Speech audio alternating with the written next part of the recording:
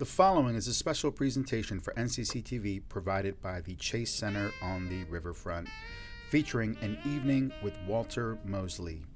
The event held last year by Newcastle County Reads and the County Libraries and Department of Community Services, along with, of course, County Executive Thomas P. Gordon. You are invited to this year's event, which will be held at 7 o'clock in the evening, Wednesday, April 20th, in which we will have an evening with Daniel James Brown, author of The Boys in the Boat. Again, that time is Wednesday, April 20th, 7 p.m. at the Chase Center on the Riverfront. Thank you, as always, for watching.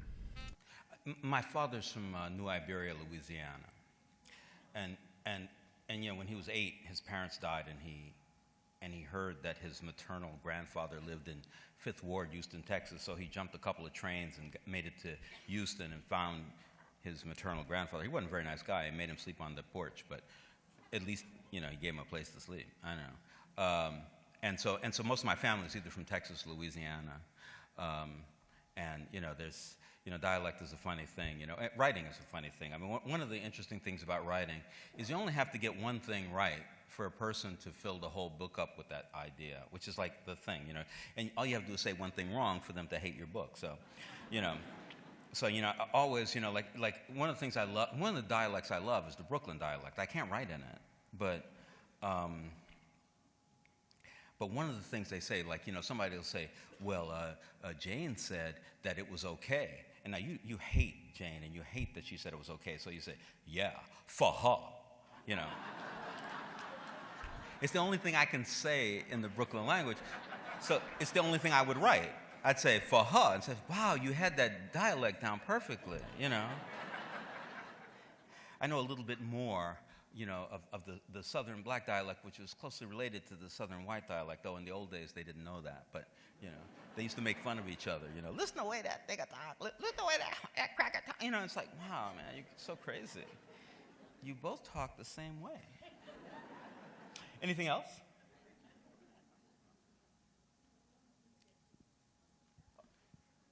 Oh, there's one there? Okay, give it to her, and then over here next. Yes, just a very basic question. Ptolemy. Mm-hmm. Where did you come up with Ptolemy? I know you explained it to Robin, the history about his name, but did you just pull it from the sky, or did you really have some reason for calling him Ptolemy? You know, I have a little pouch. You know, it's not expensive, but they're coins minted in the image of Ptolemy III, who was Cleopatra's father. And what I love about it, you know, because I love how, you know, we black people kind of name ourselves and believe in those names. So we say, well, listen, I'm going to give you a black name. I'm going to give you an African name. I'm going to call you Ptolemy. So, but that's a Greek name, right? You know, so I love that. You know, it's like, you know, what you do is you're appropriating all over the place, you know, and whether you're right or wrong, it's kind of wonderful, you know, because everybody around them just thinks that it's kind of blasphemy because it sounds like, you know, something that should be in the Bible, you know, so that you shouldn't say it. But that, you know, that's how I was just having fun, you know, with his history, you know, like that. There was a question over here. Somebody had their hand up. Yes. No, it's there. But you can be next. Yes. In addition to the book that we're discussing tonight, I recently read your novel about the man in the basement. Uh-huh. And I noticed that the main characters in both of these books seem to recall men in their lives before who had given them advice, or they recalled the sayings that were given to them. Was this a literary technique, or did you actually have somebody in your life who would, that you recall about saying things that you found to be true? I like that question. I would have paid you to ask that question. You know, I mean, there are very few things that I think that are original about me, or, you know, my life, or anything I do. You know, Sophia would be happy because I think I'm kind of boring, and she thinks that boring is good, so that's a nice thing. But the one thing that I do that I think is unique in American letters and maybe in letters almost everywhere, is I write about black male heroes. And most people don't. Most black people don't. White people don't even write about black people. I mean, it's like, you read the Scarlet Letter and say, aren't there black people there? Last week I was down in Colonial Williamsburg. They have everything about Colonial Williamsburg except the slaves. There aren't no slaves. They didn't have slaves in Colonial Williamsburg. I was shocked.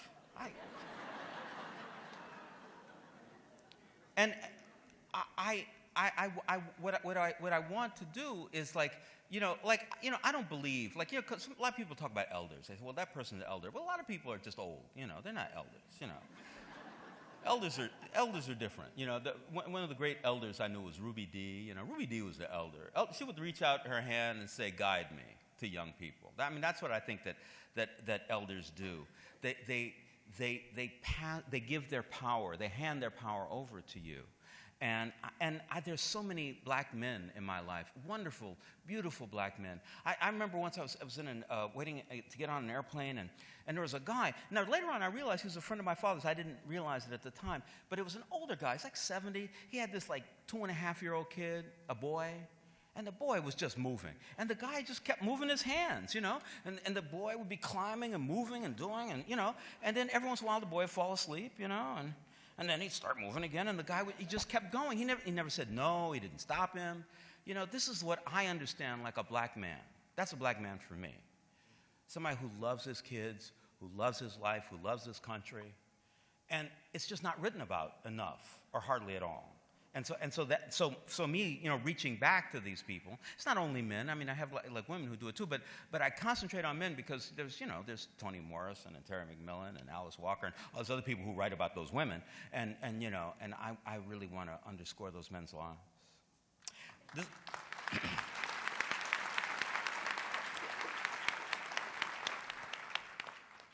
He's going to give you a microphone. Here we go. Thank you. Good evening. Good evening. At first, I found the book in the beginning very depressing.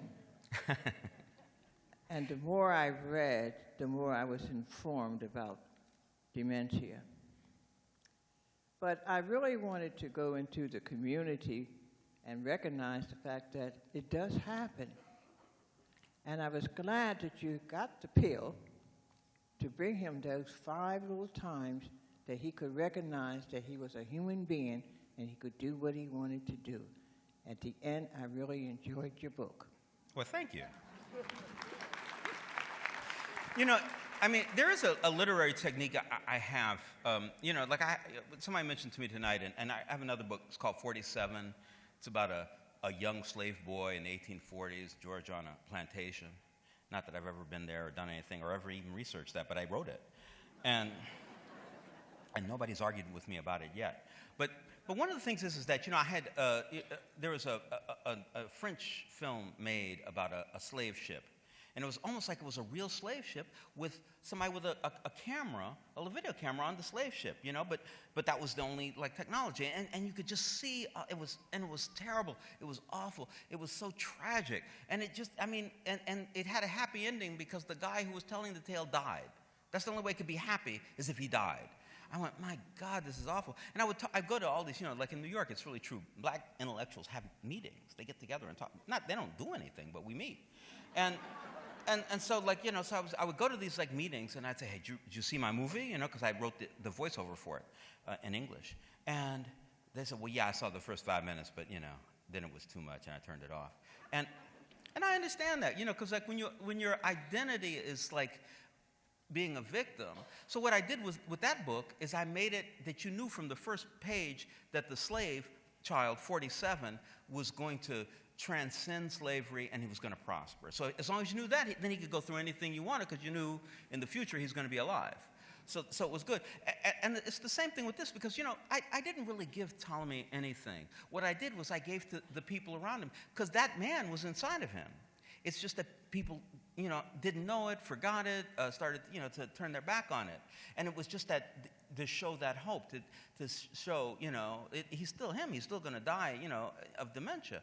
But it doesn't matter, because he's a good person, and there's beauty in him, you know, that there always is.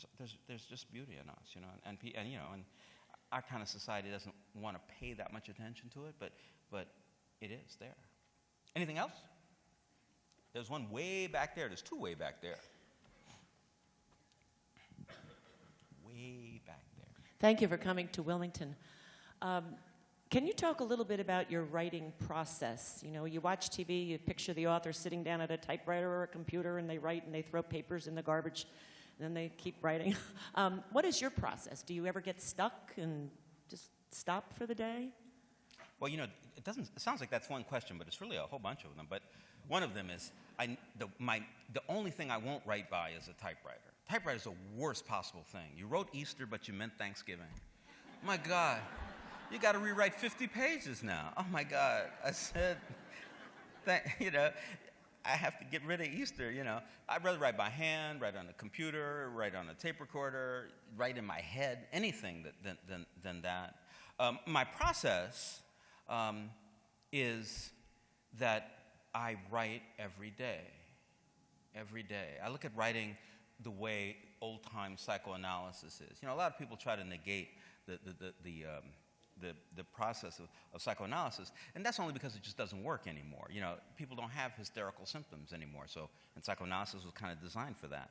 But the notion of it, that every day you spend an hour, 2 hours, most 3 hours doing something, and then for the rest of that day, your unconscious is working. That's the wonderful thing about art, right? The unconscious is working. It's thinking. You're doing other stuff, you know. You're going to the hardware store. You're, you know.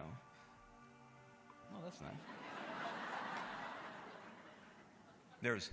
You know, they were telling me that in the new library, they're going to have, you know, this new place called the Scriptorium. But I kept on hearing Striptorium, you know, and honey, I'm going to the Scriptorium. What? But anyway, you know, it's like whatever you're doing, it's going on in the back of your head, and then the next morning, more stuff is there, and you write. And the next morning. If you skip a day, it starts to drift away. If you skip 2 days, it's way away. If you only write like on the weekends, your novel's going to take 10 times longer than it would have if you wrote less time once a day. So I write, you know, every day. But there was another part of your question about getting stuck, you know, and you know, because people talk about writer's block. And, you know, I used to be kind of glib about it. I'd say, oh, you know, you just keep writing, you write right through it, blah, blah, blah. But, you know, some people are crazy, right? I mean, some people are like psychotic. They can't write. I mean, some people actually need therapy or medicine or something in order to write. And, you know, not kids in school. I'm not sure that all that Ritalin is worthwhile. But you know, like, but if it's just a normal thing, like you're afraid that your mother's going to read it, and you can say, man, you should be so lucky that your book gets published and your mother reads it, you know. You know, you should, you know, just keep writing. You know, that's the kind of thing. And I just keep writing. And if I can't write something, I start writing something else, you know. And I come back to that thing later. You can pick somebody back there. Their hands, I see them. But and I'll come over there next. Yes, please. I will. I promise. $5. Hi. I don't really have a question. I just wanted to tell you that I really appreciated one part of your book. It was when Ptolemy told the young woman that Nisi needed to keep her on the couch. That was a gift to that young person, and she needed to hear that. Yeah, thank you. I appreciate that. It's you know, it's a thing. The relationship between Ptolemy and Robin is so charged, you know, and it's in a very kind of like, it's way less than unrequited. It's just like there's a sexuality to it that would never be recognized or in any way reacted to, but it's real in relationships. And he's like, you know, he's like the grandfather. He's like the person who really, he's teaching her, you know, and she's saving him, which I think is the relationship between the older generation and the younger generation. We teach them, and they take what we taught them, and they save our lives with it, you know, when we're too old to work anymore. Yeah, we have to let this gentleman, he's giving me $5, so. I appreciate you coming out. I haven't had a chance to read your most recent book yet. I'll get that today. But I have read a number of your other books. I read The Fortunate Son. I read The Wave, 47. I'm kind of a little bit of a science fiction buff, so I really enjoyed those aspects of it. But my question was about 47. You know, I noticed the timeline. You started back in slavery time, and you went way into the future. I like time travel and things like that. I was curious about why you didn't start at a different point in time, why you incorporated from slavery time to be able to illustrate the story and so far ahead. Was there significant to how you tied that timeline together? Was there something you wanted to say by doing that? Well, you know, I mean, it's like I was saying before, I really want us to be able to talk about and know, listen, I mean, the most important group of people that ever came to America after the Native Americans is black people. We built the country, we fed the country, you know, we made the country's music, and we did all this work that, you know, all this extraordinary work, but, you know, there's a resistance. I mean, a lot of people have resistance, but there's a resistance among black people to pay attention to our history because of how victimized we were through it. And so I wanted to make sure that anybody reading about 47 would see him as a hero that survives. And using the arc of time, I was able to do that. So, well, we know that he's alive, today. So then he did that. And so that makes it so much easier. Also, I made it a young adult novel because I want, young people, 10, 11, 12 and older, and grown people to be able to read the same book and have similar responses to it, or at least be able to have a conversation about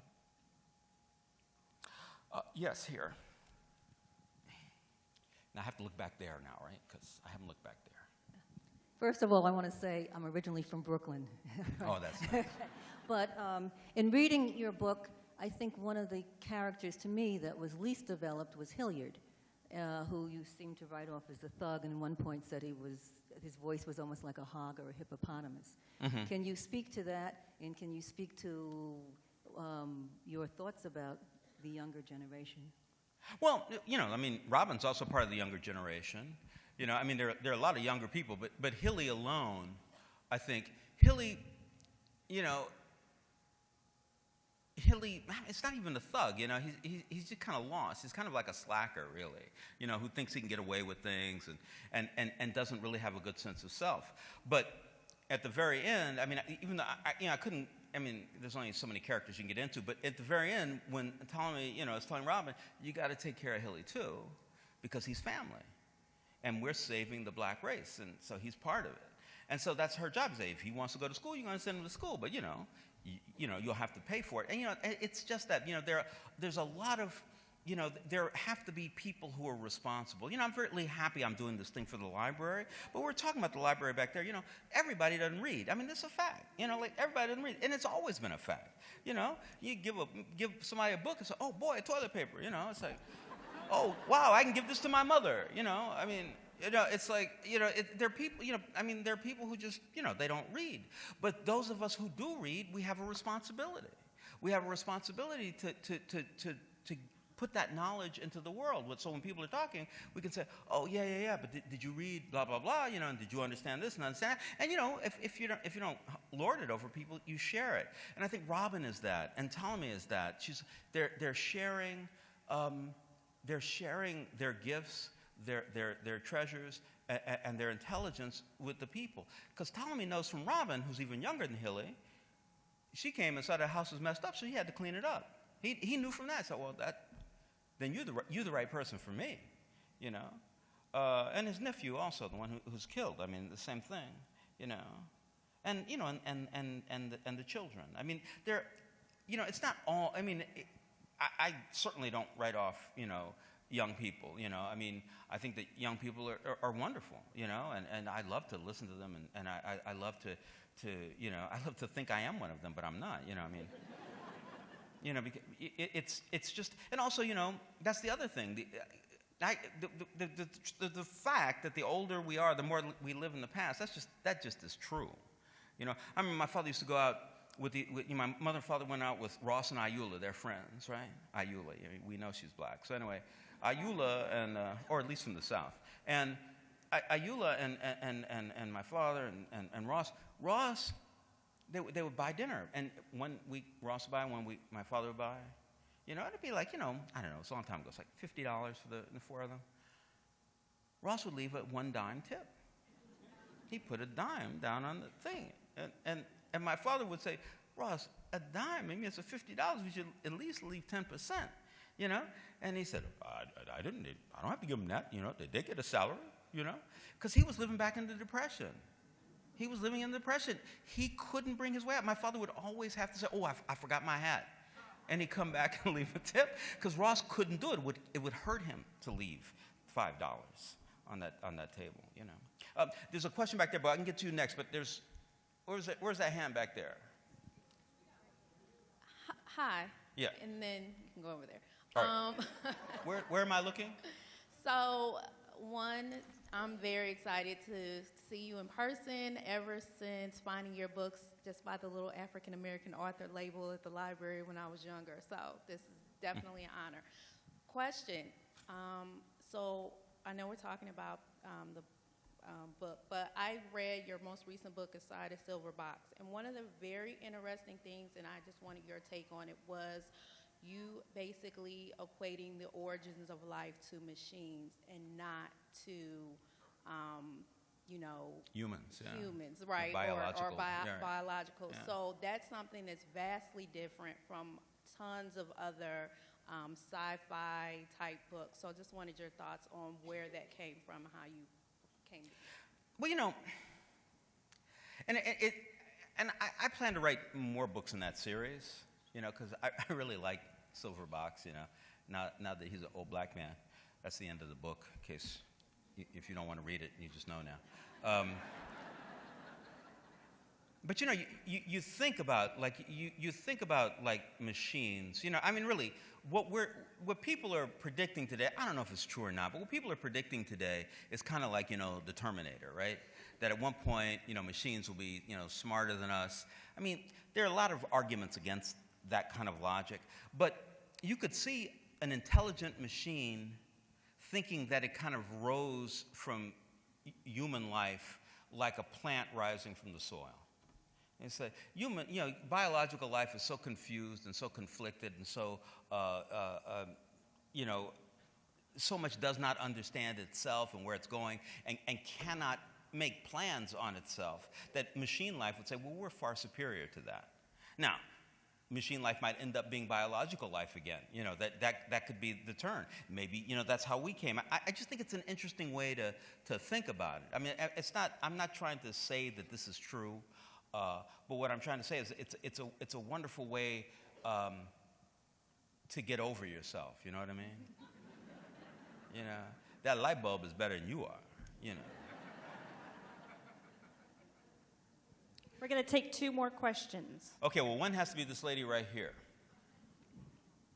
And then you can pick the other one. One moment. He's coming with the microphone for you, for your laryngitis.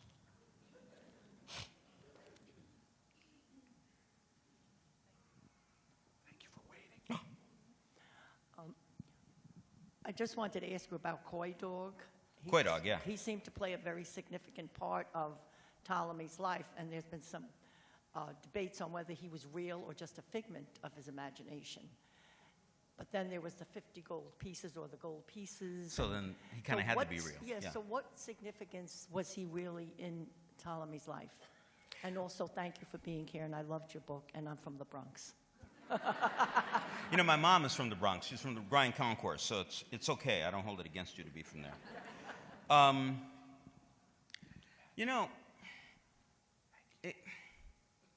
Well, there are 2 things. Number one,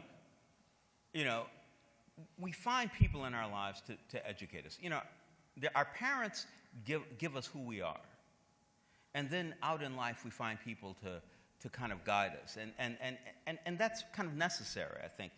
We don't live in, communities anymore, really. I don't know what we live in, but you don't have that kind of thing where somebody else can be important in the village to show us, to help us, to not be, too much like us or too invested in what they want us to be, but somebody who just allows you to be yourself. And Keko Dog was that for him. I just have to say that in writing the movie, the scene where the people kill Keko Dog, I changed it to a thing that I like much better, actually, where he's standing on the barrel and they light the fire. They pour the kerosene in. They light the fire. He's starting to burn, but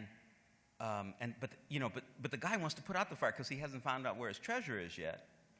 Keko Dog realizes that he might not be able to go through this torture again. So what he does is he kicks out, throwing the flaming kerosene on the guy, killing himself because he just kicked the barrel out from under him. He's gonna be hung. And the other guys try to put him out, but they're stupid, right? They've been drinking and they don't realize, well, you can't put out kerosene. So they catch fire too. And so I regret that I have but one life to give for my country. Somebody who in death becomes a hero. I made Keko Dog a hero. I was so happy. I was like, really, oh my God. It's not like I like to kill those guys, but I didn't mind too much. I didn't mind too much. It was okay. It's all right. So who's my last question? Here? Yep. Well, okay, here. And, listen, I'm signing books, so I sign books when I ask me a question, you ask me a question. If you had, some secret sex question or something. Mr. Mosley, I wanted to ask, you've been writing for a long time. What advice would you give to new writers who are trying to get published today? Well, again, I like questions that have many, layers to them, because the last part of the question is the question, right? About getting published, which because when people ask me about it, they say, what's the best part of being a writer? And I always tell them the best part of being a writer is writing. I get up in the morning, I'm writing. I really love that. I don't really love publishing.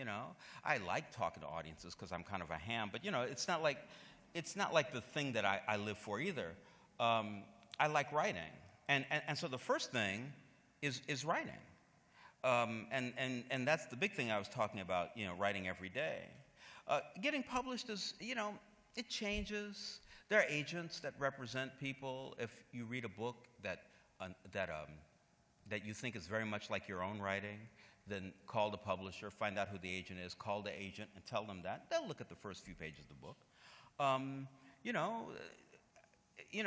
as far as self-publishing is concerned, a lot of writers look down on self-publishing, but writers look down on everything. I don't have any writer friends. Honestly, I don't really like writers. I like writing. I don't like writers.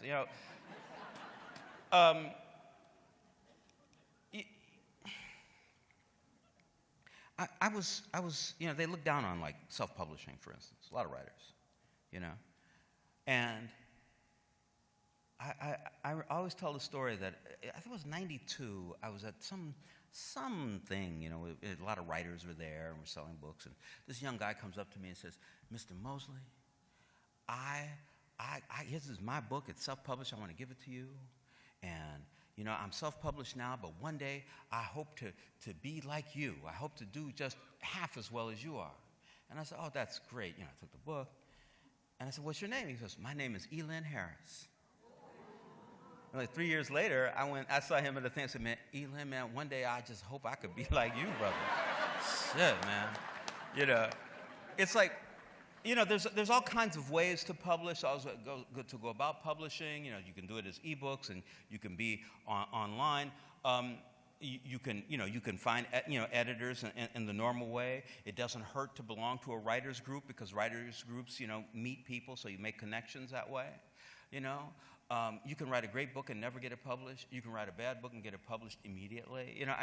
It's such a hard thing to do, but the basic love for writing has to kind of be there, or the obsession or the compulsion to tell some story that you felt hasn't been told or hasn't been told in the right way. I wrote a book called This Year You Write Your Novel. At the end of it, it talks a lot about how you might get published, so I can sell a book maybe. Listen, everybody, thank you very much for being here.